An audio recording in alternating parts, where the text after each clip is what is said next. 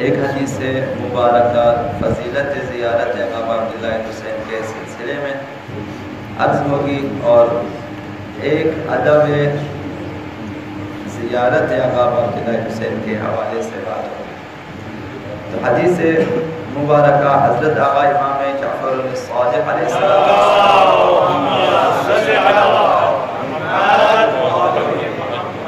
انہوں نے فرمایا من خرج من منزلہ یرید زیارت الحسین ابن علی ابن ابی طالب، اگر کوئی شخص اس ارادے سے گھر سے نکلتا ہے تاکہ آقا عبداللہ حسین کی زیارت کی جائے،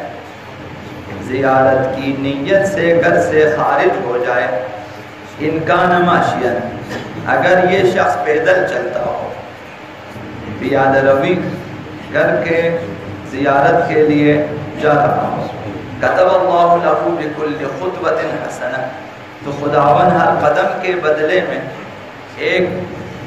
نیکی لکھ دیتا ہے، ہر قدم پر ایک نیکی، وحط بہا عنہ سیئۃ، اور ہر قدم کے بدلے میں ایک گناہ معاف فرماتا ہے، حتی اذا صار بالحائط، تا ان کی یہ زائر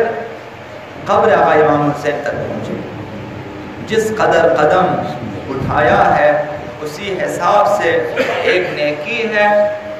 اور ایک گناہ معاف ہوتا ہے۔ جب حائر حسینی اور زیر گنبد آقا عبداللہ حسین مرقد مطہر آقا امام حسین پہ پہنچ جاتا ہے، کتب اللہ من الصالحین، خداوند اس زائر کو صالحین میں شمار فرماتا ہے، اب یہ زائر صالحین میں شامل ہے، نیکوکاروں میں شامل ہے۔ وَإِذَا قَضَى مَنَاسِكَهُ، جب آداب زیارت اور اعمال و مناسک زیارت کو انجام دے دیتا ہے، جو بھی اعمال ہیں اسے انجام دے دیتا ہے، کتب اللہ من الفائزین، اس وقت خداوند اس زائر کو فائزین اور کامیاب لوگوں میں قرار دیتا ہے کہ اب یہ زائر فائزین میں شامل ہے، کامیاب اور سعادت مند لوگوں میں شامل ہے۔ حتی اذا اراد الانصراف، جب یہ زائر زیارت کے بعد ایک دن، 2 دن، 10 دنوں کے بعد جب یہ واپس آنا چاہتا ہے، کربلا سے واپس آنا چاہتا ہے، اتاہ ملک، تو خداوند ایک فرشتہ بھیجتا ہے اس زائر کے پاس، فقال لہ، یہ فرشتہ اس زائر سے کہتا ہے، انا رسول اللہ، میں اللہ کی طرف سے بھیجا ہوا نمائندہ ہوں، میں آیا ہوں خدا کی طرف سے، رسول ہوں، فرستادہ ہوں میں، یقرأک السلام، خداوند تجھے سلام کہتا ہے، ان تمہارے لیے اللہ کی طرف سے سلام ہے، وَيَقُولُ لَكَ، اور خداوند تجھ سے فرماتا ہے، استأنف، یعنی اپنے اعمال کو از سر نو شروع کر لے، یعنی پھر سے عمل شروع کرے، قد غفر لک ما مضی، تمہارے گزشتہ گناہ معاف ہو چکے ہیں، اب نئے سرے سے نیک عمل انجام دے، یعنی تمہاری ایک نئی زندگی شروع ہو رہی ہے، یعنی تجھے خدا نے پاک صاف کر دیا ہے، اب نئی زندگی شروع کریں اچھے اعمال کے ساتھ۔ یہ ثواب ہے، اور آداب کا خیال رکھنا چونکہ ضروری ہے، جس طرح سے ائمہ اطہار نے ثواب بیان کیے ہیں اسی حساب سے آداب بھی بیان کیے ہیں، بغیر آداب کے اعمال کا ثواب بہت ہی کم ہو جاتا ہے۔ نمازوں میں اگر آداب کا خیال رکھیں ثواب کئی گنا بڑھ جاتا ہے، جن میں آپ نے پڑھا ہوگا، سنا ہوگا، معلوم ہے، مسواک کرنا ہمارے نزدیک کوئی خاص اہمیت والی چیز نہیں ہے، لیکن دین مبین اسلام میں اس کی بہت بڑی اہمیت، حتیٰ نماز میں اس کا بہت بڑا اثر پڑتا ہے، کئی گنا ثواب اس کا بڑھ جاتا ہے۔ اسی طرح اول وقت اس کی اہمیت ہوتی، اسی طرح لباس، اسی طرح خوشبو مثلا، اسی طرح زیارت کا ثواب ہے آداب زیارت کے ساتھ۔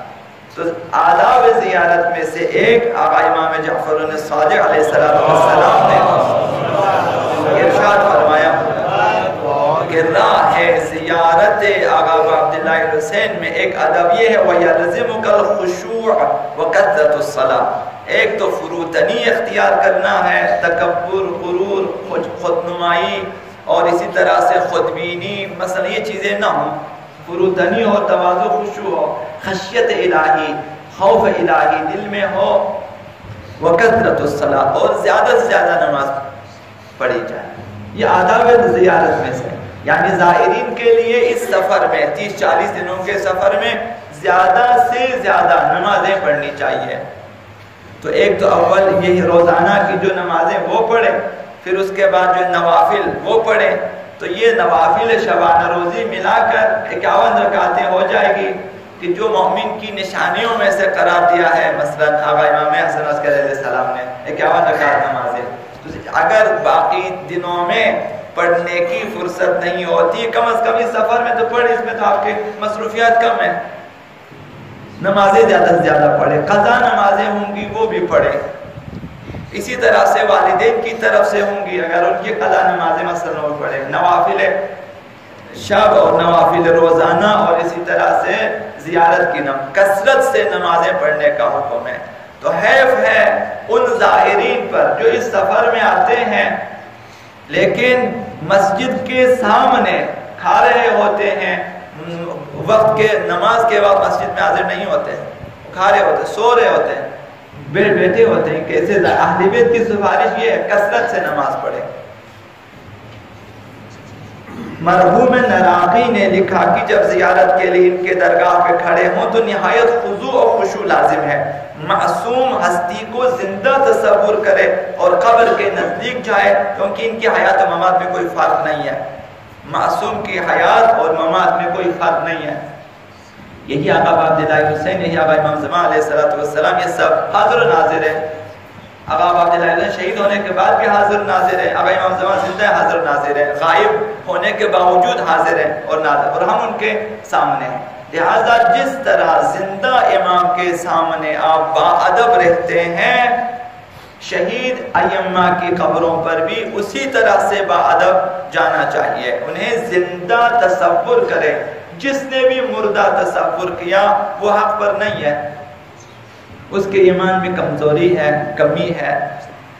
اور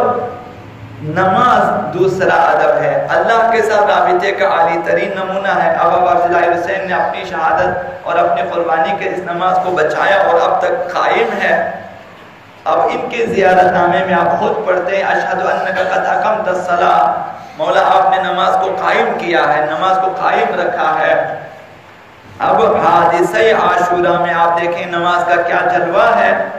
آقا عبداللہ حسین اور اصحاب حسین کی شب عاشور کی نمازوں پہ بھی مد نظر، انہیں بھی مد نظر رکھیں۔ ظہر عاشور کی اول وقت کا نماز بھی آپ مد نظر رکھیں، اور دوران اسیری حضرت علیہ مکرمہ زینب سلام اللہ علیہا کی نمازوں کو بھی مد نظر رکھیں، حتیٰ نماز شب ان کی قضا نہ ہوئی۔ تو یہ ساری چیزیں ہمیں سکھاتی ہیں کہ نماز کسی بھی حال میں ترک نہیں ہونی چاہیے، ہر حال میں نماز اول وقت میں پہلی فرصت میں ہونا چاہیے۔ اول وقت کی جو نماز ہے وہ شیعی واقعی، ظاہر واقعی اور عاشق آقا عبداللہ حسین کی خاص نشانی ہے۔ جو شخص نماز میں سستی کرتا ہے، نہ شیعہ واقعی ہے، نہ ظاہر واقعی ہے، نہ عاشق آقا عبداللہ حسین۔ نماز اول وقت کو اہمیت دینا اس بات کی دلیل ہے کہ شیعیان اہل بیت کو خدا سے بھی محبت ہے اور آقا عبداللہ حسین سے بھی محبت ہے، خدا بھی اہمیت دے دیتا ہے نماز کو اور آقا عبداللہ حسین بھی۔ اللہ کی طرف سے نماز اول وقت سے ان کا امتحان بھی ہے، ہر ظاہر کا امتحان ہے اور ہر عزادار کا امتحان ہے۔ جو اول اور نماز کا اہتمام نہ کرے وہ شیعہ بھی فیل ہے، وہ عزادار بھی فیل اور وہ ظاہر بھی فیل ہے، اسے زیارت کا شاید نہ معلوم اب 16واں 50واں حصہ اسے ثواب ملے، یا شاید مثلا جو ہے 10واں حصہ اسے ملے، 10 مثلا 100 میں سے 10% اسے ملے، بہت کم ملتے ہیں۔ تو اسی وجہ سے زائرین کو چاہیے کہ نماز اول وقت اور نوافل شبانہ کا خاص اہتمام کریں، یہ زیارتوں کی زینت ہوتی ہے نمازیں۔ اللہم انا نسألک باسمك العظيم الأعظم الأعز الأجل الأكرم يا الله يا الله يا رحمن يا رحيم يا مقلب القلوب ثبت قلوبنا على دينك اللهم اهدنا من عندك وافض علينا من فضلك وانشر علينا من رحمتك وانزل علينا من